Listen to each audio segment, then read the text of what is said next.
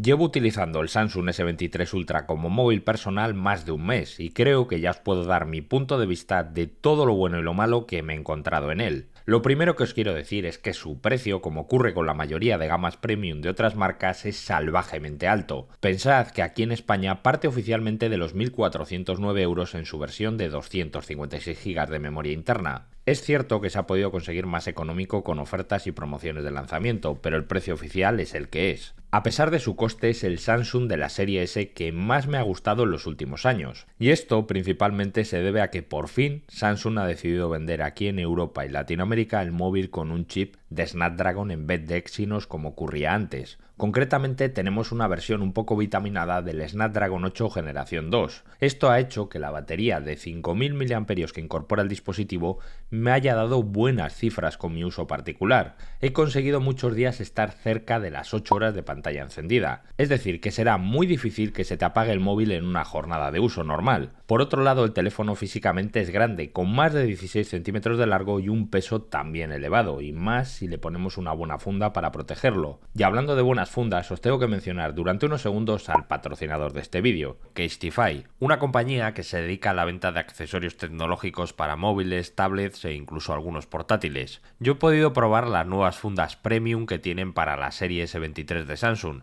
y también algunas fundas para el iPad Pro que tengo por mi casa. Las fundas del S23 Ultra tienen unos acabados muy buenos y además en su tienda hay un montonazo de diseños que incluso se pueden personalizar. Por otro lado, también tienen disponibles cristales templados de buena resistencia y calidad. Por ejemplo, yo ahora estoy instalando uno de ellos en mi S23 Ultra. Es decir, que con la combinación funda premium con resistencia a diversas caídas junto a cristal templado, el teléfono queda muy protegido. Si vais a su web, encontraréis todo lo que tienen y podréis ver que venden hasta fundas ultra resistentes para los nuevos MacBook de Apple o iPads.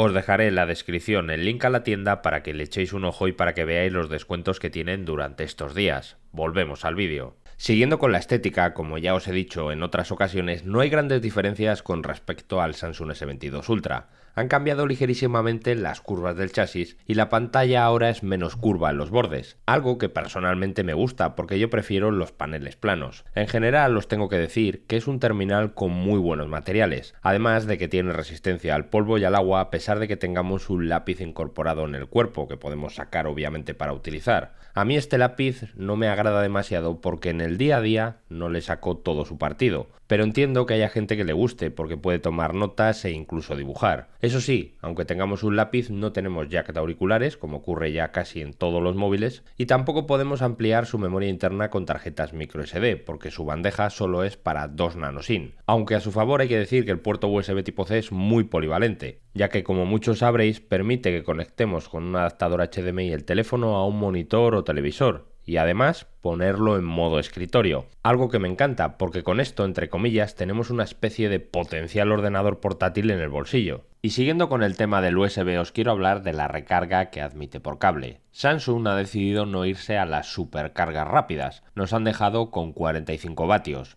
Esto, según mis pruebas de carga, significa que en una hora aproximadamente pondremos la batería del 0 al 100% y en media hora llegaremos a un 65% aproximadamente. Eso sí, el cargador no viene incluido en la caja, hay que comprarlo aparte. Por otro lado, el dispositivo también ofrece carga inalámbrica, tanto para recargarse el mismo como para dar energía a otros dispositivos como auriculares Bluetooth. La recarga inalámbrica de la batería tampoco es de las más rápidas del mercado, nos quedamos en los 15 vatios tal y como nos dice Samsung. Es decir, en el tema de las recargas no es de los más rápidos. Ahora, pasando a hablaros de la pantalla, os tengo que decir en primer lugar que he visto en internet algunas quejas de usuarios sobre sus unidades. Dicen que tienen como una especie de arruga en una de las esquinas del panel. Esto, según Samsung dijo, era normal por el modo en el que fabrican este tipo de paneles. A mí sinceramente no me lo parece. De hecho, mi unidad está perfecta y no presenta ningún inconveniente en el panel. Así que si me comprase un terminal de este precio y me llegase con ese defecto, directamente en los primeros 15 días pediría un reemplazo. Aparte de eso, el panel, como en la serie S22 Ultra, se ve francamente bien. Tenemos 6,8 pulgadas con tecnología dinámica AMOLED y resolución QHD+, aunque desde los ajustes se puede seleccionar una resolución inferior. De hecho, yo lo he llevado siempre en Full HD+.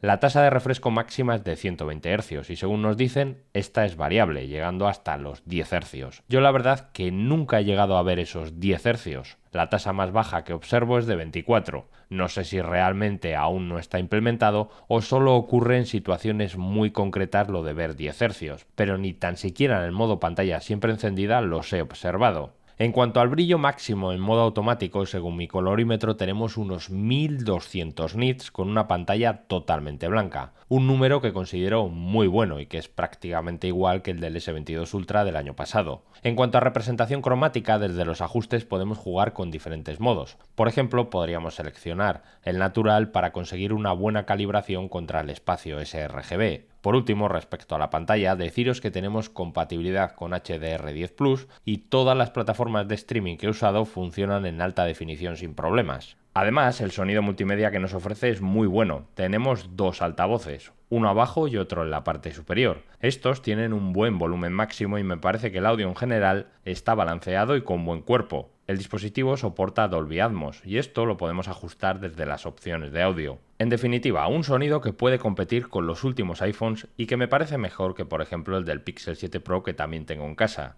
Y hablando del Pixel 7 Pro, este teléfono de Samsung, al igual que el de Google, nos viene con Android 13 con un número de actualizaciones de cara al futuro bastante estables y garantizadas. Por ejemplo, yo ya tengo el parche de seguridad de Android de marzo del 2023. Lógicamente no tenemos Android de stock, aquí tenemos la capa One UI 5.1, pero tengo que deciros que personalmente este software me gusta, tiene opciones extras y en general suele funcionar bien, y más con un hardware tan potente como el de este Samsung S23 Ultra. Pensad que aparte del Snapdragon 8 generación 2, tenemos en mi caso 8 GB de memoria RAM LP DDR5X y memoria interna UFS 4.0. Esto último puede marcar la diferencia porque significa que leer programas de la memoria interna o escribir nuevos datos es súper rápido. Fijaos qué números tan altos obtienen este test de memoria. En términos brutos habréis escuchado que este dispositivo es de lo más potente que existe y en parte es cierto, aunque lamentablemente sufre de estrangulamiento térmico. Fijaos lo que ocurre con esta gráfica que recoge los resultados de un test 3D que se ejecuta durante 20 iteraciones. Cada punto representa una ejecución. Mirad cómo de inicio está con resultados muy buenos, pero luego va cayendo y pierde posiciones drásticamente. Esto ocurre claramente por el calor, ya que he repetido el mismo test poniendo un pequeño ventilador en su parte trasera para disipar las altas temperaturas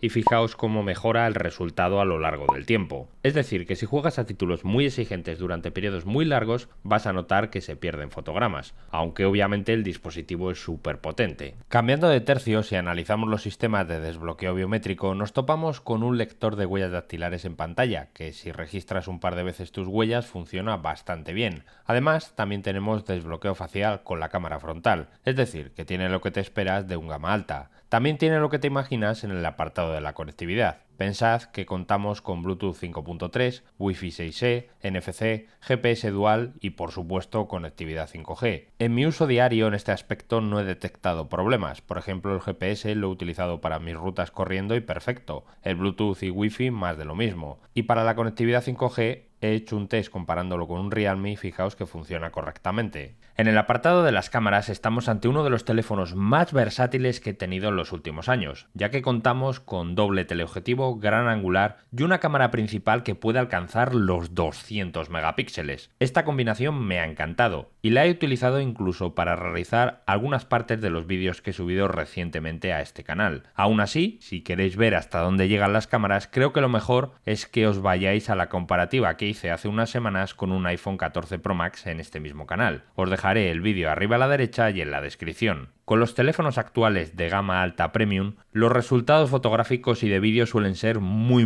buenos para el común de los mortales. Eso sí, creo que al ser un dispositivo nuevo veremos ciertas mejoras en el procesamiento de las imágenes a medida que pasen algunos meses. De hecho, ya se ha anunciado una actualización gorda próximamente, algo que en parte veo que es necesario, porque sí que es cierto que en alguna situación muy concreta y específica he observado como en el resultado final de una fotografía se alteraron demasiado los colores con respecto a la realidad. Por ello, creo que hay margen de mejora. A pesar de eso, insisto, son unas cámaras que me han gustado bastante y que han cumplido con mis expectativas y necesidades. En definitiva, el Samsung S23 Ultra actualmente me parece que es el máximo exponente en el mundo Android. Con el cambio a Snapdragon a nivel global, Samsung ha acertado de pleno y ha conseguido ofrecernos un teléfono muy redondo. Además, a medida que avance el tiempo, este dispositivo va a bajar de precio y por lo tanto cada vez será más tentador. De hecho, si tenéis paciencia, estoy seguro que lo vais a poder encontrar incluso por debajo de los 1000 euros. Bueno, es que en realidad, cumpliendo algunos requisitos relativamente sencillos, el modelo de 512 GB se ha podido conseguir ya en el Corte Inglés por menos de esos 1000 euros. Así que estad muy atentos. Ahora me gustaría que vosotros participéis en el vídeo y me digáis qué os ha parecido el dispositivo. Me interesa muchísimo conocer vuestra opinión. Os voy a leer a absolutamente todos. Nos vemos